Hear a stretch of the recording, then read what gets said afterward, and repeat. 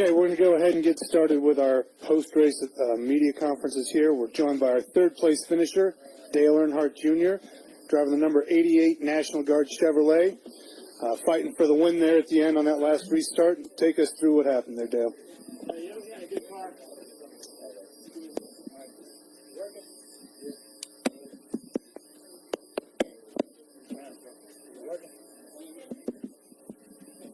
Is this one working? That one's working. All right. All right. We had the last restarts were kind of tough.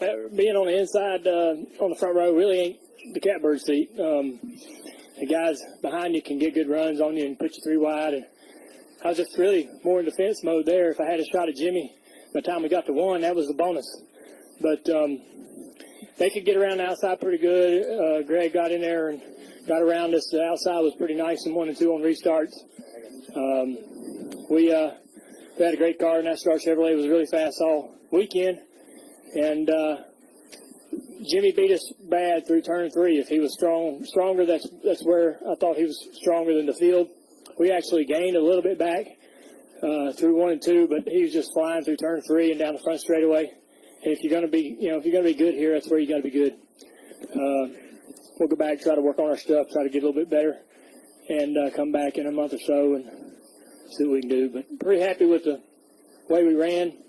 Happy for Chase Elliott yesterday getting the win. That was exciting for him. I know he's got a great future with HMS, and just looking forward to next week going to Michigan to the track we run pretty good at. So I'm hoping to have a good summer.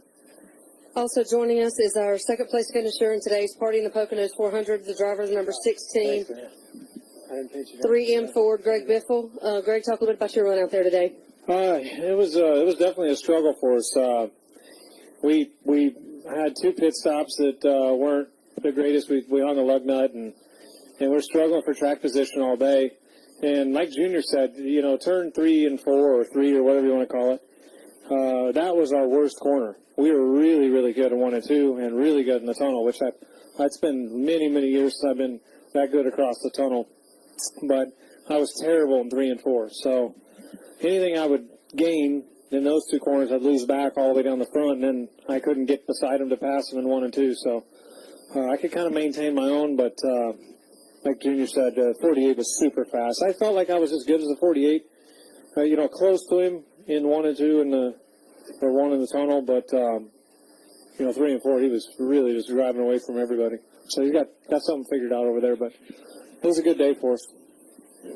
Okay, we'll open up for questions here in the media center. Please raise your hand. We'll get a mic to you. We'll start up front with Lee. Hey, Spencer, Fox Sports. Greg, you said in one of your interviews that you guys felt like you came back, but you're not quite there. You're still a few weeks away from where you really want to be as far as performance goes. Yeah, I mean, we had some good restarts, and we were lucky with the lane choices, and my car ran pretty good on restarts. But, the 88 was faster than we were, clearly. 78 was faster than us. Most of the top 5 cars were probably a little faster than we were on sheer speed. But, it's track position, you got to pass the guys. So we still got a little bit to do, a little bit of work to do. We're not quite there yet. I mean, no reason to. Clearly we're not celebrating that we finished second today quite yet got our cars figured out, but definitely this is a step in the right direction. We certainly ran better here than we have been all season, and certainly that's a positive for us going to next week.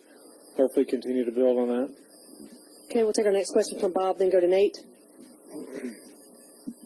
I'm Bob Parker, Sport News. Dale, first off, did you feel the bump from Kenseth on pit road, and did that do anything to you? And just how big a deal is just having a good run, considering you've kind of been, I don't want to say in a slump, but just not running there last few weeks?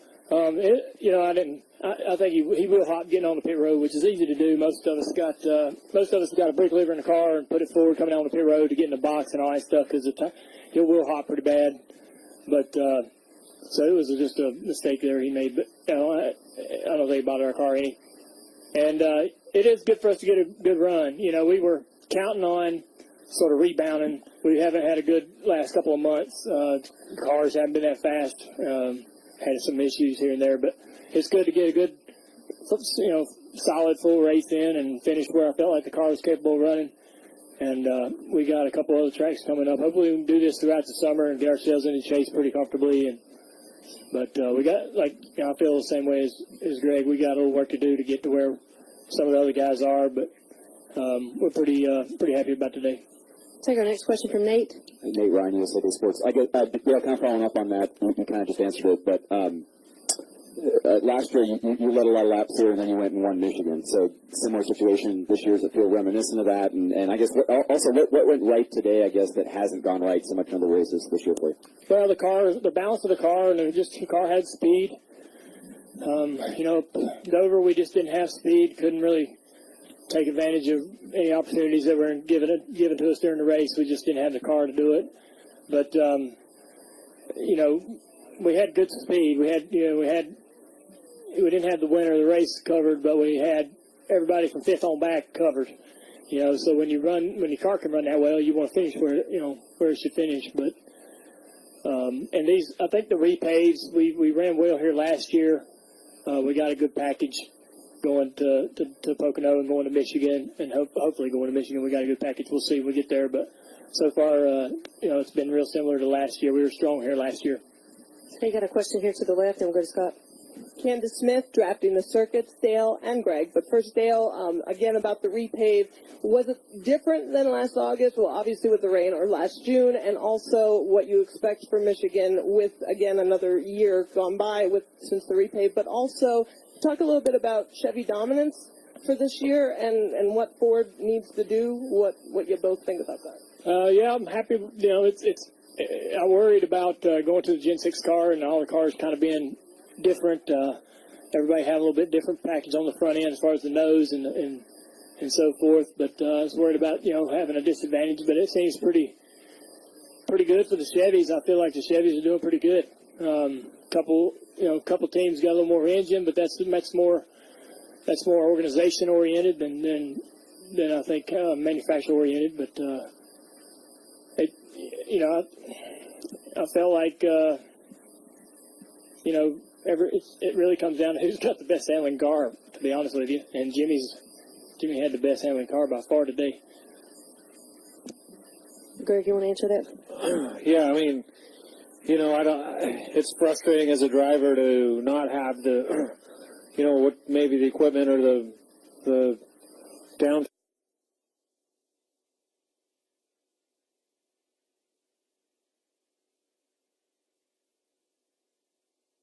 force or whatever that the other guys do, but I don't work on them. I don't build them. All I do is drive them, and I wish our cars were as good as those guys' cars right now, but we keep working on them and every week and make them better. We're not going to give up. Okay, we'll take our next question right here, Scott. Scott Walsh from the Scranton Times-Tribune. For Dale, and maybe Greg, you could even comment on this too. Jimmy obviously faced a little bit of adversity last week. Dominant car, had the problem on the restart. What does it seem about him and that team that when they have faced adversity like that they seem to bounce back the following week and come back with a dominant performance? Well, they had good cars 2 weeks in a row. So they won one race and didn't win the other one. They win championships. They win a lot of races. So he's going to have his opportunities all year long. Fortunate enough for me, I get to be in the same shop as those guys. I get to lean on them, and I got to know exactly what's happening under the hood, and I can learn and use that to my advantage. So when it's good for Jimmy, it's equally as good for us in an indirect way, and hopefully we can see what they did and come back to Pocono and try to improve on what we did today, but. They're good. He's one of the best drivers that the sport's ever seen, and Chad Canals is probably one of the smartest crew chiefs the sport's ever seen. Very clever guy. Calls a good race and puts together a good race car. Got good guys, knows how to put good people around him. Go ahead. Go.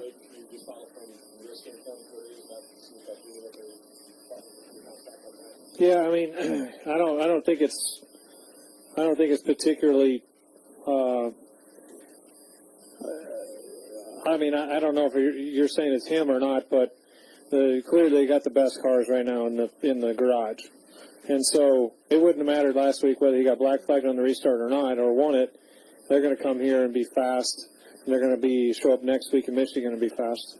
You know, and when you're on a roll, you're on a roll. And when you got good stuff, you know, just because they jumped or you know, whatever happened last week, that's not going to affect what they do this week. Got a question here to the left. Go ahead. Yeah, for both of you guys, you both ran here under the old track, and you had the new pave last year. What's your feeling now about the new track? I really like it. I think it actually widened out quite a bit from last year to this year.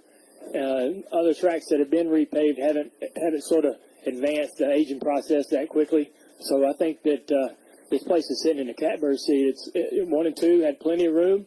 We went through there and on restarts, and you saw the top and the bottom work well for several guys. We never, you know, we had a little bit of a weep in the rain in turn 3. They might want to take a look at that before we come back, but that's probably, you know, we had a lot of rain, so it's going to be hard to not have things like that crop up. But the surface, man, they did an awesome job, and I think it's really performing well. So it's going to get better and better and better. Greg, you want to touch on that? Yeah, I mean, they did probably one of the best jobs with what they had prior to it. You know, the thing had a 3-foot jump getting into the tunnel turn or right in the middle of the tunnel, and this place was you know, real bumpy and a lot of elevation changes, and they've done a tremendous job. It's really smooth, it's really fast, pretty fun to race on. I mean, I think the only thing they could have done to make it any better is, you know, make 3 and 4 a little bit of progressive banking, you know, down there. If they would have added just a little slight bit of banking to it, you know, so it wasn't a single lane down there. That'd be the only thing I think they could have done to this place to make it any better. Yeah, maybe in. Oh, well, Yeah. I can't quit, you know. It's got 4 to me. It's got 6 to me, so. Maybe in about 4 years they could put the paving strip back up top, and There you go. we'll run through there side by side. But the only other thing I would change, and I say this in all seriousness, is the curb in the tunnel. I would make that similar to what Indy has, or something different. We can't even get near that thing, or it'll just destroy the splitter. And I don't know how the Indy cars are going to enjoy that. So that's the only imperfection that I particularly don't enjoy. But the rest of the track, man, it's beautiful. This area is awesome. Love coming here. Love racing here. Okay, final questions we'll take right here. Go ahead. Bill Fleischman, Philadelphia Daily News. To follow up on that, how much more interesting or enjoyable are these races now that they're only 400 miles compared to 500? I think they're way better personally. I mean, you know, it keeps everybody's attention. You know, it still feels like a long race inside the car. I mean, it did not feel like a short race today, I'll tell you that. And I think it's a much better race to me all the way around. Yeah, I think from the grandstands or the television, I don't know that you can tell the difference between the change. So I think that's a good thing. I think less is more. In a lot of aspects in this sport. And I'm sure there's some drivers that'd like to have a few more laps, but 400 miles. Greg Dale, congratulations on your run here today at Pocono. Good luck next weekend in Michigan.